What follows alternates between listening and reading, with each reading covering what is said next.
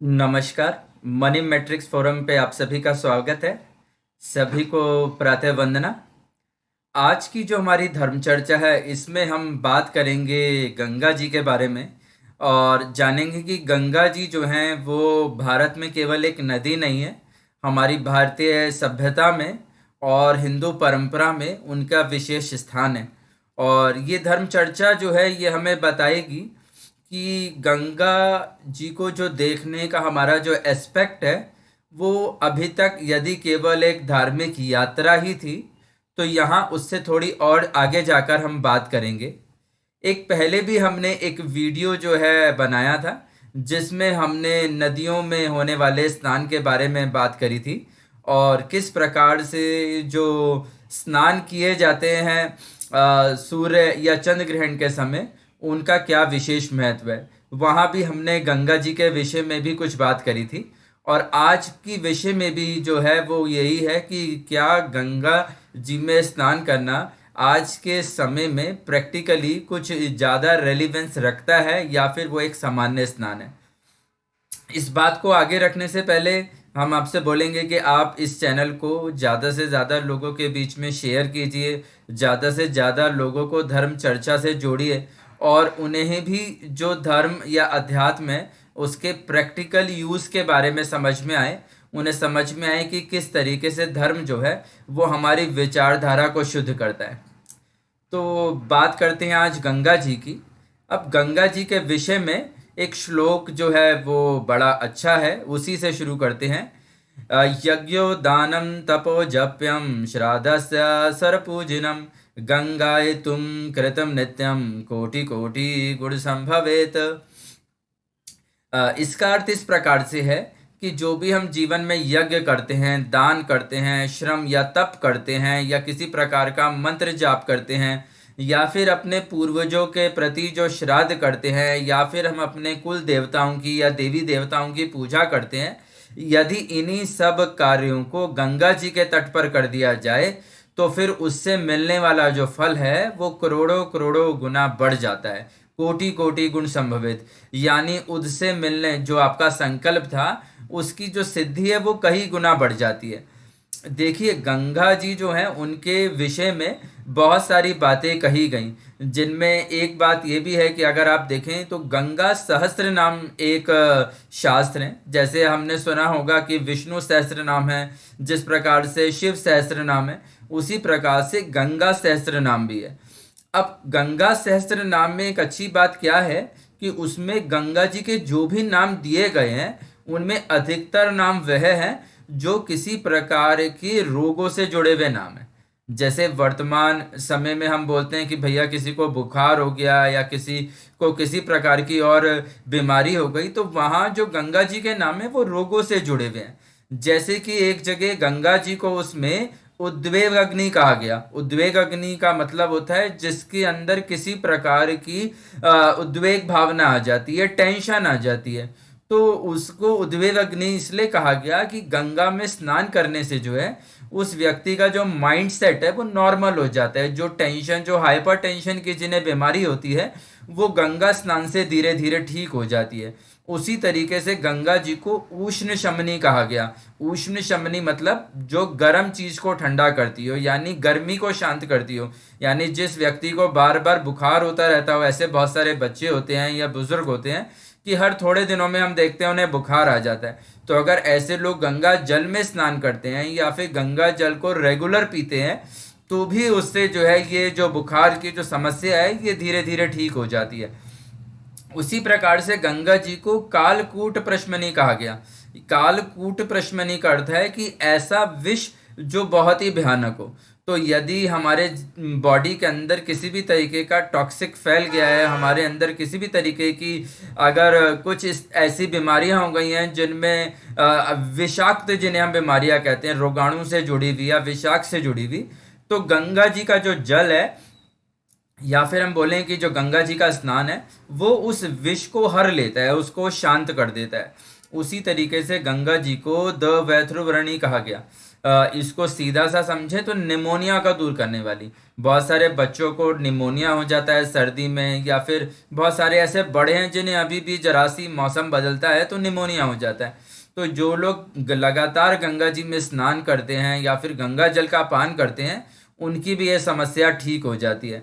इसी तरीके से गंगा जी को भ्रांति ज्ञान प्रशमनी कहा गया। भ्रांति ज्ञान प्रशमनी का मतलब है कि जिसका जो दिमाग है उसमें भ्रांति है, भ्रम रहता है, या फिर जिन्हें चक्कर की बीमारी है कि अब जैसे ही गर्मी पड़ी अचानक से उन्हें तेज चक्कर आने लगते हैं, उनका सर घूमने लगता है, सर में दर्द रहने लगता है, तो वो भी गंगा जी के स्नान या जलपान से ठीक हो जाता है। उसी तरीका से वंध्य परिहारिणी, यानी बहुत से ऐसे कपल होते हैं जिनको बहुत विवाह के बहुत वर्ष होने के बाद भी संतान नहीं हो रही होती, तो जो बांझपन है उसको भी गंगा जी में हरने की क्षमता है। तो जितनी भी ऐसी महिलाएं हैं या जितने भी ऐसे कपल हैं जो किसी बच्चे को एक्सपेक्ट कर रहे हैं, अगर वो मंथली या रेगुलर बेसिस पे गंगा जल में स्नान कर सकते हूँ, गंगा जल का पान कर सकते हूँ, तो इन्हें जरूर करना चाहिए। इसी प्रकार से मैं एक और बीमारी भी बोल देता हूँ, जैसे क्षणता हरित सम सलीला, यानी नपुंसकता को मिटाने वाली। किसी भी ऐसा व्यक्ति है जिसका स्पर्म काउंट बहुत कम है, इम्पोटेंसी जैसी परेशानी है, तो वो भी गंगा जल के पान से उसमें काफ़ी आराम मिलता है। तो आप देखिए कि भारत में जो गंगा नदी है उसको केवल प्राय धर्म से नहीं जोड़ा गया, बल्कि उसके पीछे का एक विज्ञान भी है। हमने अपनी लास्ट वीडियो में भी बताया था कि जब बहुत बड़ी एक बार महामारी फैली और ज़्यादातर लोगों का जो दाह संस्कार है वो गंगा के तट के किनारे होने लगा, तो फिर जो अंग्रेज वैज्ञानिक थे उन्हें ये चिंता हुई कि गंगा के पानी में विषाक्त आ जाने से हैजा या अन्य बीमारी फैल सकती हैं, मगर ऐसा नहीं हुआ। और तब उन्होंने कहा कि गंगा में जरूर कोई गॉड पार्टिकल है। तो उसके बड़े पे हमने बड़ी विस्तार से बात करी है। अगर आप हमारी उस वीडियो को देखेंगे जिसमें हमने चंद्र या सूर्य ग्रहण पर गंगा स्नान के महत्व को बताया है, तो आपको उसमें क्लैरिटी मिलेगी। अब देखिए, केवल बात जो है वो भारत में हिंदू परंपरा से जुड़ी नहीं है। अगर हम फैक्ट्स के ऊपर भी जाएं तो हमने देखा कि मुस्लिम सोसाइटी जो इंडिया में आई उसने भी इनिशियली गंगा को बहुत तेजी से अडॉप्ट करा।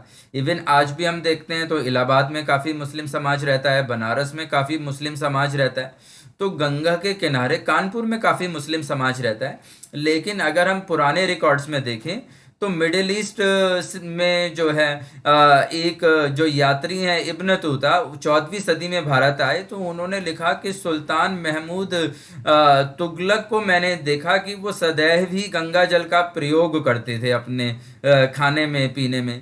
इसी तरीके से अब अबुल फजल ने भी आईने अकबरी में लिखा कि जब मैं सम्राट अकबर की भोजनशाला में गया तो मैंने देखा कि वहाँ केवल गंगा जल का ही प्रयोग हो रहा था। वैसे तो हम आजकल हम जानते हैं कि औरंगजेब के विषय में भी काफ़ी सारी चीज़ें आ रही हैं, किस प्रकार से उन्होंने हिंदू परंपरा से जुड़े महत्वपूर्ण मंदिरों को ध्वस्त करा और उनकी जगह मस्जिदें बनाई। लेकिन इतना एंटी हिंदू डिक्टेटरशिप होने के बाद भी एक फ्रेंच यात्री बर्नियर जो है उन्होंने उसी काल में ट्रेवल करा, लगभग 1656 से 68 के बीच में।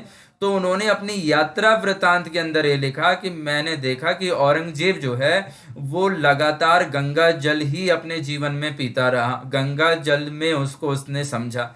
इसी तरीके से इंग्लिश एक ब्रिटिश कैप्टन है वो उन्होंने भी जब जो है साउथ में मैसूर ट्रेवल करा तो उन्होंने देखा कि टीपू सुल्तान के लिए जो जल लाया जा रहा था, और उन्होंने पूछा कि ये जल कहाँ से आ रहा है, ऊँटों पर आ रहा था वह जल, तो उन्हें मालूम पड़ा कि यह गंगा जल है जो टीपू सुल्तान के लिए जो है ऊँटों पे लाया जाता है। तो आप समझ सकते हैं कि भारत में गंगा जो है वो भारतीय परंपरा से, भारतीय जो हमारी सभ्यता है उससे जुड़ी हुई है, वो किसी एक विशेष जाति या संप्रदाय से जुड़ी हुई नहीं है। उसका जो महत्व है वो सभी से जुड़ा हुआ है।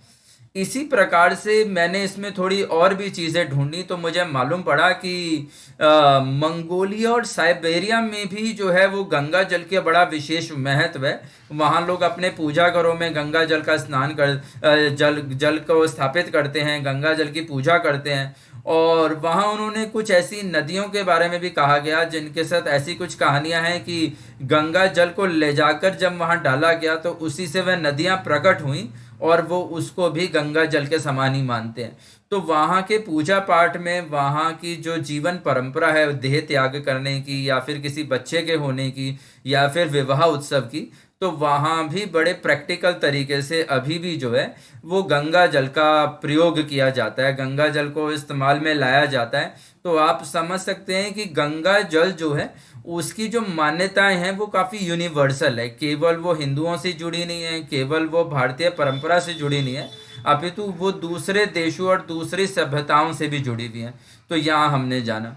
उसी तरीके से गंगा जल में हम स्नान की बात करें तो हमारे शास्त्रों में कहा गया कि घर में आप एक बार स्नान करते हैं और यदि वही स्नान आप गर्म जल की जगह शीतल जल से करें तो उसका लाभ आपको दुगना मिल जाता है। उसी तरीके से कहा गया कि अगर आप तालाब में स्नान करते हैं तो वो जो स्नान का लाभ है वो और दुगना हो जाता है। उसी प्रकार से आप नदियों में स्नान करते हैं तो उसका फल और 4 गुना बढ़ जाता है।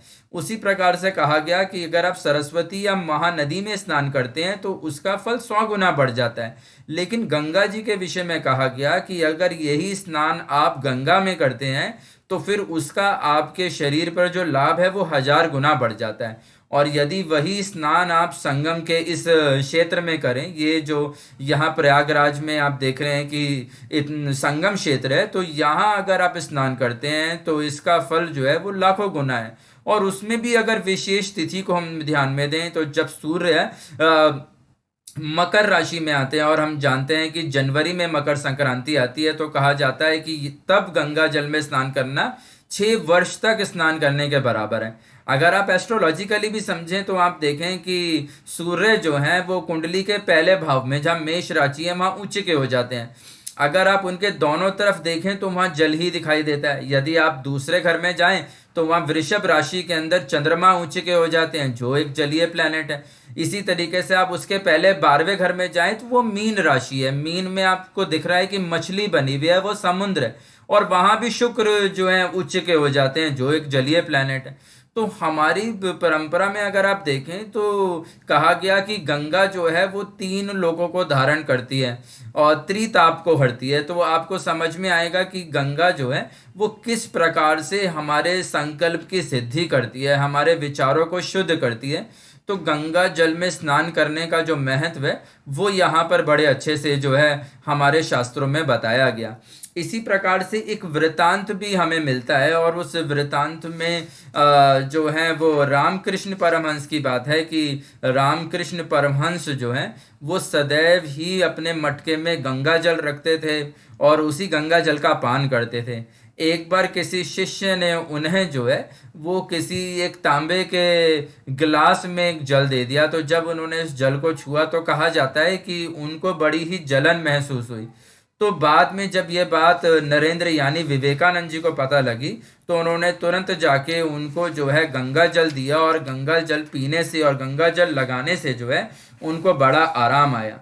तब उन्होंने जो है यह समझा कि गंगा जल का इतना विशेष महत्व क्यों है। और आप देख सकते हैं कि रामकृष्ण जो है उनकी भक्ति जो है वो कितनी परम पावन है कि माता काली जो है वो स्वयं उनको दर्शन देने के लिए प्रकट हुई।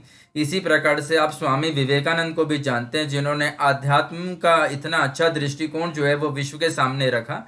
तो गंगा जल की जो एनर्जी है वो भी इतनी वैल्यूएबल है, उसमें भी इतनी ऊर्जा है कि वो हमें जो है वो आध्यात्मिक चिंतन हमारा बढ़ा सकती है, हमारे सबकॉन्शियस माइंड को राइट डायरेक्शन में एक्टिवेट कर सकती हैं। और अभी भी आप अगर जाएं रामकृष्ण बेलूर मठ जाएं तो आप देखें कि स्वामी विवेकानंद ने जो बेलूर मठ की जो स्थापना करी वो गंगा के किनारे ही करी। और आज भी जब वहाँ पर जो पूजा पाठ होता है उसमें माता के उद्घोष होते हैं, जब रामकृष्ण परमहंस के उद्घोष होते हैं तो साथ में माँ गंगा के नाम का भी उद्घोष होता है। और वहाँ आज भी जो है जो रामकृष्ण परमहंस का जो भोग है, जो उनकी प्रतिमा का स्नान है, वो है सब गंगा जल के माध्यम से ही होते हैं।